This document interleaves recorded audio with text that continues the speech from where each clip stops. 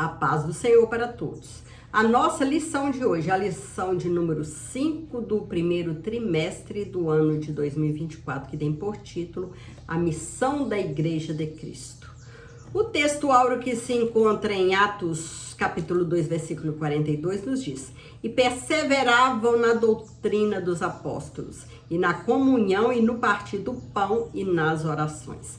A verdade prática: como o sal fora do saleiro cumpre a sua função de salgar, assim a igreja, quando adora e discipula, testemunha das insondáveis riquezas de Cristo. A missão da igreja: pregar o evangelho, levar as boas novas para aqueles que ainda não conhecem o Senhor, aqueles que nunca tiveram aquele encontro com Jesus. A missão da igreja: proclamar o evangelho, falar que Jesus, ele salva, ele liberta e leva o homem para o céu. E além de pregar o evangelho, a igreja tem o dever de discipular os novos convertidos, cuidar dos novos convertidos, aquelas pessoas que vêm para Jesus. A igreja tem a missão de cuidar, zelar por aquelas vidas, né? Ensinar a palavra do Senhor, preparar aquelas vidas, né? Fazer novos discípulos. Essa é a missão da igreja. A igreja é chamada para proclamar a poderosa mensagem da cruz. Assim ela cumpre a sua vocação de eleita, quando participa da grande comissão deixada pelo seu fundador, Jesus Cristo. Como consequência dessa realidade, veremos que a igreja é uma comunidade adoradora, de comunhão, e finalmente é uma comunidade que exerce um grande papel no presente século. Portanto, a Igreja de Cristo exerce uma grande missão neste mundo.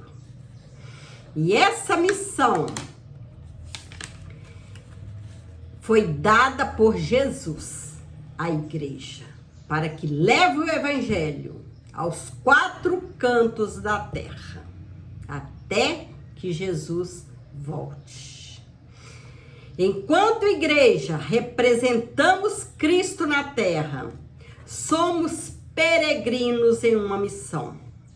Avancemos nela dia a dia, perseverando na doutrina dos apóstolos, na comunhão, no partir do pão e nas orações, até que o evangelho do reino seja pregado em todo mundo, em testemunho a todas as gentes, e então venha o fim.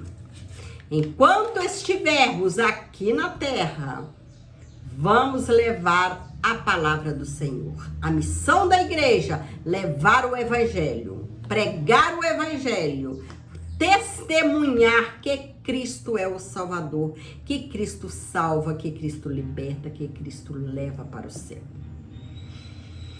Essa missão nós temos, Igreja do Senhor tem, até que o Senhor Jesus volte. Glória a Deus. O céu tem muitas moradas. Há moradas para a humanidade toda. Basta cada um crer que Jesus é o Salvador. Aquele que perseverar na fé alcançará o céu, né? Pregação e instrução, proclamando as boas novas. A igreja foi fundada por Cristo, Mateus 16, 18, como uma instituição para abençoar o mundo. Essa missão é exercida por meio da pregação do evangelho. Aprove a Deus salvar os crentes pela loucura da pregação. 1 Coríntios 1, 21. Após ressuscitado, o Senhor Jesus comissionou os discípulos a pregarem o evangelho. Marcos 16, versículo 14 ao 20. O objeto da pregação. Outro termo usado com muita frequência no Novo Testamento, que para se referir à grande comissão da igreja, é evangelizó. Esse verbo ocorre 54 vezes no Novo Testamento. E o seu sentido é o de trazer as boas novas, pregar as boas novas. Nesse aspecto, o objeto das boas novas não se refere a alguma coisa, mas a alguém, a uma pessoa. Nesse sentido, os cristãos primitivos não cessavam, não cansavam de ensinar e anunciar a Jesus Cristo. Pregar Jesus Cristo não é pregar uma coisa ou uma mensagem subjetiva, mas proclamar ao mundo que está caído que ele, Jesus, está vivo e pronto para salvar o homem. Pregar a mensagem da cruz é anunciar o evangelho do reino de Deus revelado em Cristo. Atos 8:12. Discipulando, ensinando os novos convertidos, aqueles que aceitaram Jesus, aqueles que estão sedentos pela palavra de salvação, pela Escritura. Pregar e proclamar é levar a palavra de Deus aos que estão do lado de fora da igreja, enquanto que discipular é instruir o que estão de dentro da igreja, do lado de dentro. Então, proclamar a palavra do Senhor é falar de Jesus, é levar a palavra de Deus aos que estão fora da igreja. Agora, discipular, ensinar a palavra de Deus, é instruir aqueles que estão dentro da igreja, que são os novos convertidos, os que estão dentro do templo, dentro da igreja. É por isso que tem estudo bíblicos, tem a escola dominical, né, que ensina a palavra do Senhor. O crente, o cristão precisa se alimentar diariamente da palavra do Senhor. É igual o nosso corpo precisa do alimento, precisa do almoçar, precisa se alimentar, precisa lanchar, né? Precisa do arroz e o feijão, que aqui na nossa região é o nosso costume, né? Precisa se alimentar o corpo para a gente ficar forte, né? Precisa de vitamina, precisa de água, precisa de líquido para ficar hidratado. Então, assim é o nosso espírito, a nossa alma. Precisa estar se alimentando da palavra espiritual. Pra gente permanecer forte, firme espiritualmente. Assim como precisamos do alimento, do arroz e o feijão, precisamos do alimento espiritual, que é a palavra de Deus. Glória a Deus. Precisamos nos alimentar diariamente. Porque o cristão que não se alimenta diariamente com a palavra do Senhor, ele fica fraco, né? Espiritualmente falando. A igreja não é formada apenas por crentes. A igreja é formada por discípulos. Alguém pode estar na igreja local, sem contudo ser um discípulo. Este é alguém que é capaz de reproduzir e passar para outrem o que aprendeu e vive por meio de Cristo Jesus, né? Então, o discípulo é aquele que ensina, né? que ensina a palavra do Senhor. É por isso que os discípulos precisam fazer novos discípulos, né? Ensinar a palavra de Deus, formar novos discípulos, para que esses novos discípulos vão discipular outras vidas, vão instruir, vão ensinar aqueles que vão chegando na igreja, né? O novo convertido, ele precisa se alimentar também, né? Para não voltar para trás, né? Adoração e edificação, uma comunidade adoradora. A adoração significa dar a glória que é devida somente a Deus. Somente Deus é digno de toda adoração, de toda honra, porque Ele é o Rei, Ele é o Senhor, Ele é Deus. E além dele, acima dele, não existe outro. É tirar a atenção de nós mesmos para centrarmos unicamente no Senhor. A adoração tem a ver com o nosso serviço a Deus. Não é algo que se faz apenas no momento do culto público ou privativamente. Tem a ver com a nossa maneira de ser, nossa maneira de agir, nossa maneira de viver, né? Revivendo e adorando a Deus. A gente adora a Deus no nosso modo de viver, no nosso modo de agir, no nosso modo de falar, de tratar os outros, né? Então, a adoração não é somente quando estamos no culto, né? Cultuando a Deus publicamente, né? É viver uma vida para Deus. E os outros lá fora, ver Deus em nossa vida. Ver Deus através do nosso agir, do nosso falar, do nosso viver e do nosso ser. Esse é o testemunho que nós devemos dar a Cristo. Dar aos outros, testemunhar a Cristo, né?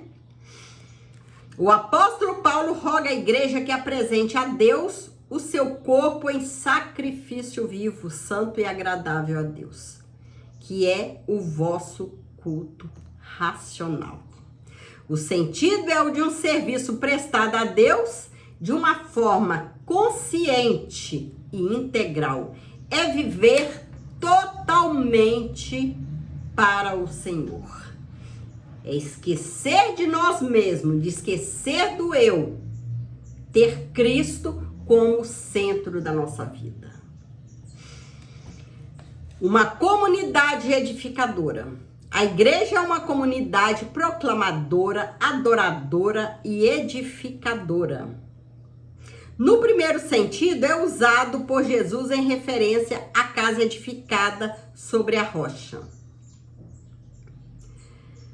Mateus 7, 24. E no segundo sentido, em Efésios 4, 12, nessa última referência, o apóstolo Paulo diz que Deus pôs na igreja os apóstolos, os profetas, os evangelistas, os pastores e mestres para a edificação do corpo de Cristo. Este, por exemplo, é o objetivo dos dons espirituais. Trazer edificação à igreja. Assim, quem fala em línguas em público, sem interpretação, edifica-se a si mesmo. Contudo, não edifica a igreja, que não entendeu o que foi dito. Dessa forma, o apóstolo Paulo exorta os crentes a buscarem a edificar uns aos outros. Quando alguém está falando em línguas ao público, né? Se não tiver interpretação, os outros não vão entender nada, né? Então, essa pessoa vai estar edificando a si mesmo, né? Orando em espírito, em línguas.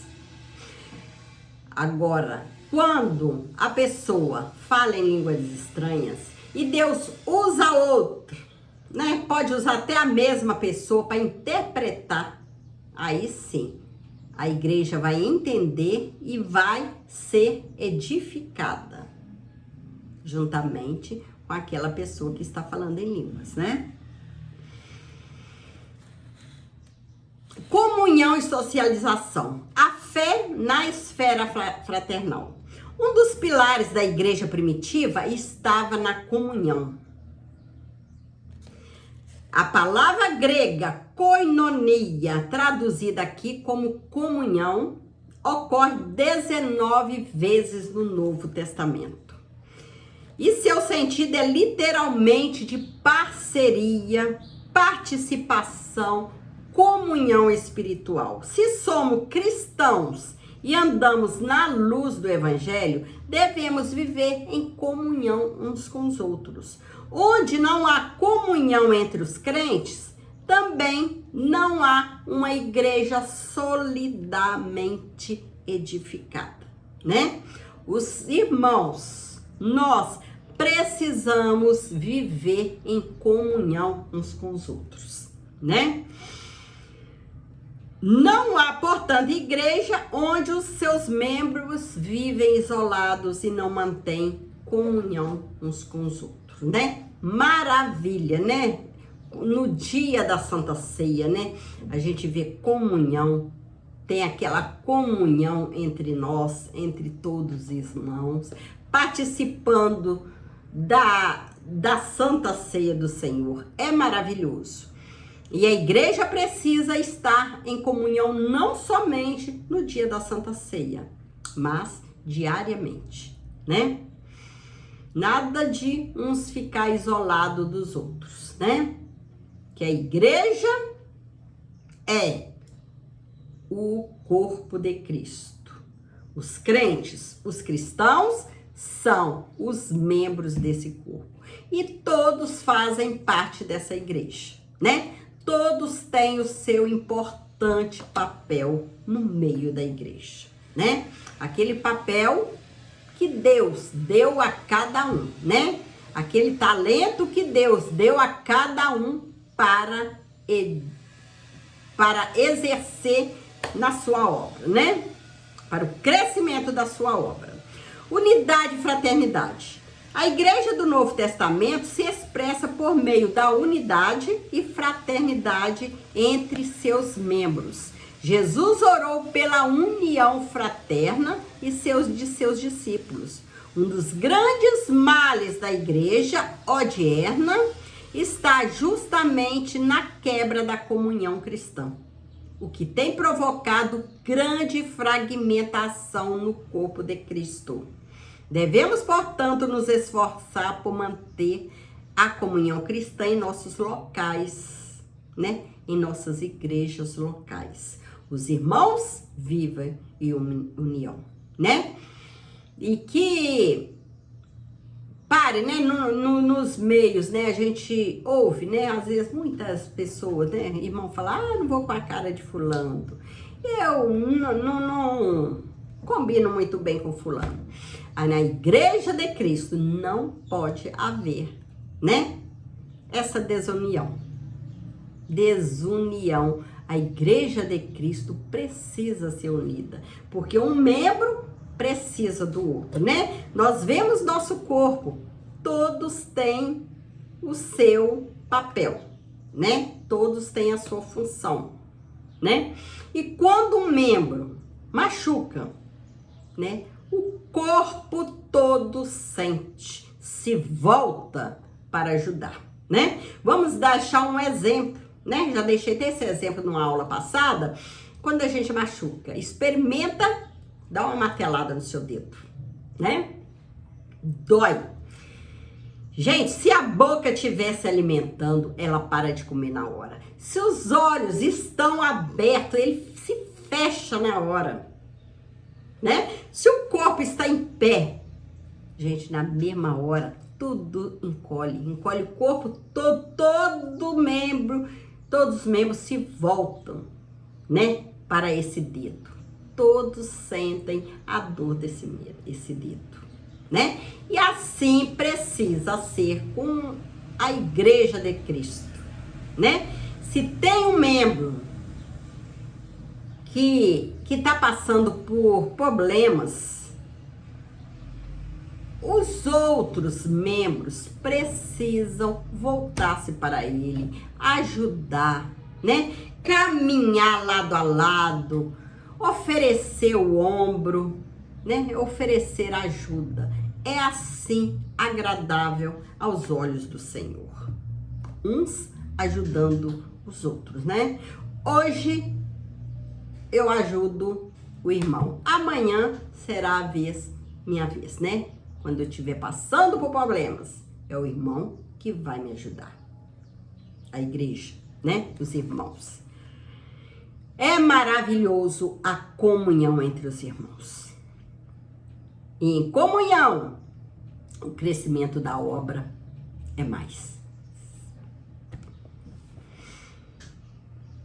A fé na esfera social. A fé cristã também precisa ser expressa na esfera pública. Ela tem o seu lado social. Se por um lado o substantivo grego koinonia significa comunhão, por outro lado o verbo grego kononeo possui também o sentido de ajuda contributiva e partilha. É usado por Paulo com esse sentido em Romanos 12, 13. O sentido nesse texto é o de socorrer os mais pobres em suas necessidades. O apóstolo Paulo elogiou os filipenses por serem conscientes da dimensão social do evangelho. Filipenses 4,15. Não se trata apenas de matar a fome dos pobres, deixando os vazios de Deus. É o exercício da fé cristã na sua integralidade. A igreja, portanto, não pode exercer sua fé de maneira bíblica, esquecendo dos mais carentes ou o mais pobre. Que modelo de igreja somos quando poucos têm muito e muitos têm tão pouco. O apóstolo exorta a igreja para atentar para esse fato.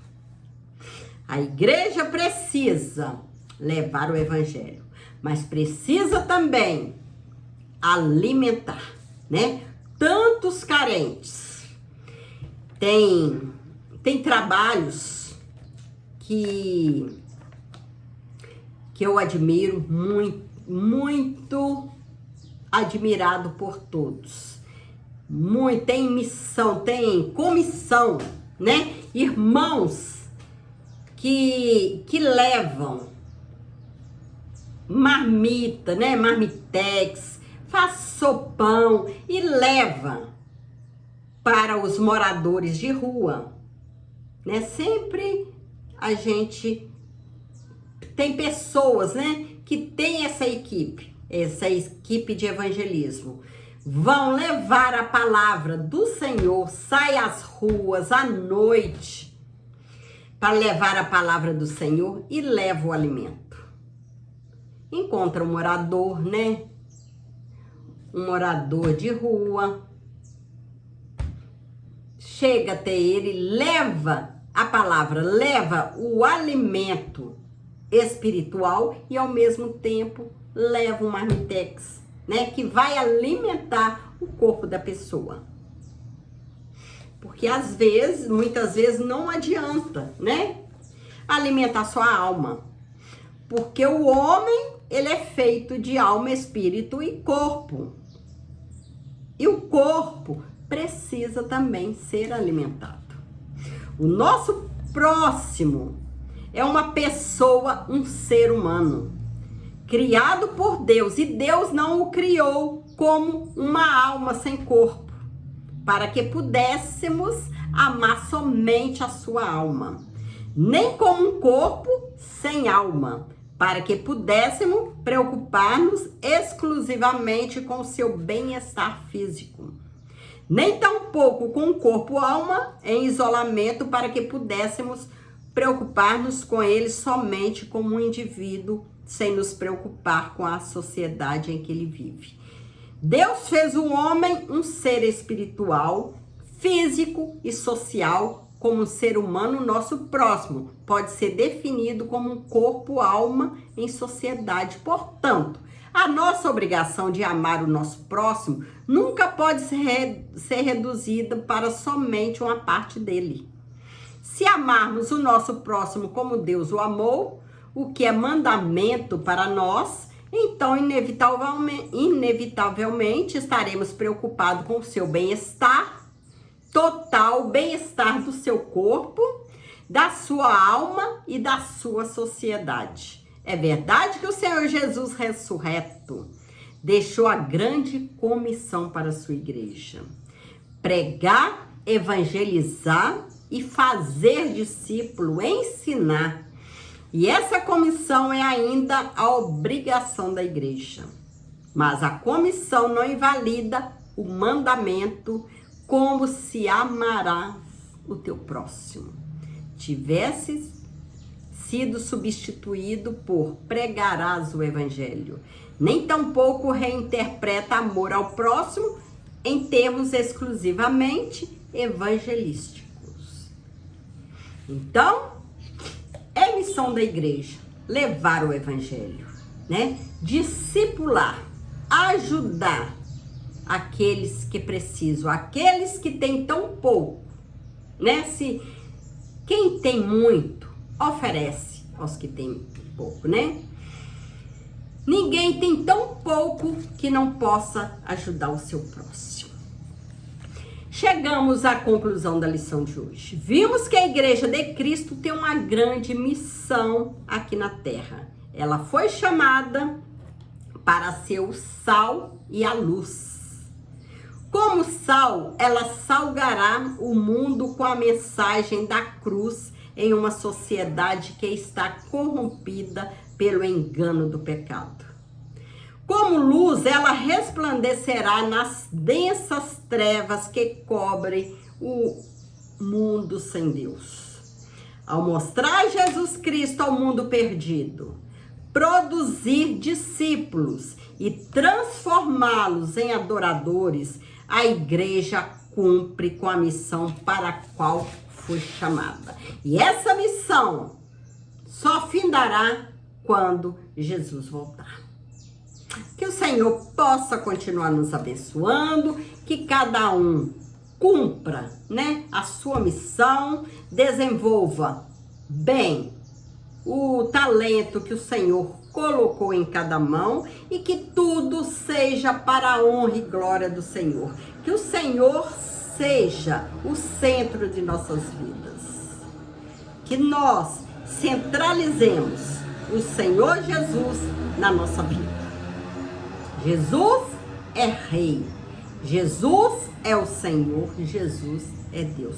Somente Ele pode ser adorado e ser honrado. Não tem ninguém, nem nada acima e maior do que o nosso Deus. Esse Deus que nós servimos, esse Deus que tudo pode, esse Deus que faz o impossível. Quando o homem não pode fazer, quando o homem chega no seu limite, Deus entra. Aí ele faz o impossível. Ele opera milagre. Ele salva vidas. Ele transforma a vida e leva para o céu. Que o Senhor te abençoe poderosamente. Te abençoe, abençoe a sua família e fique com Jesus. Amém.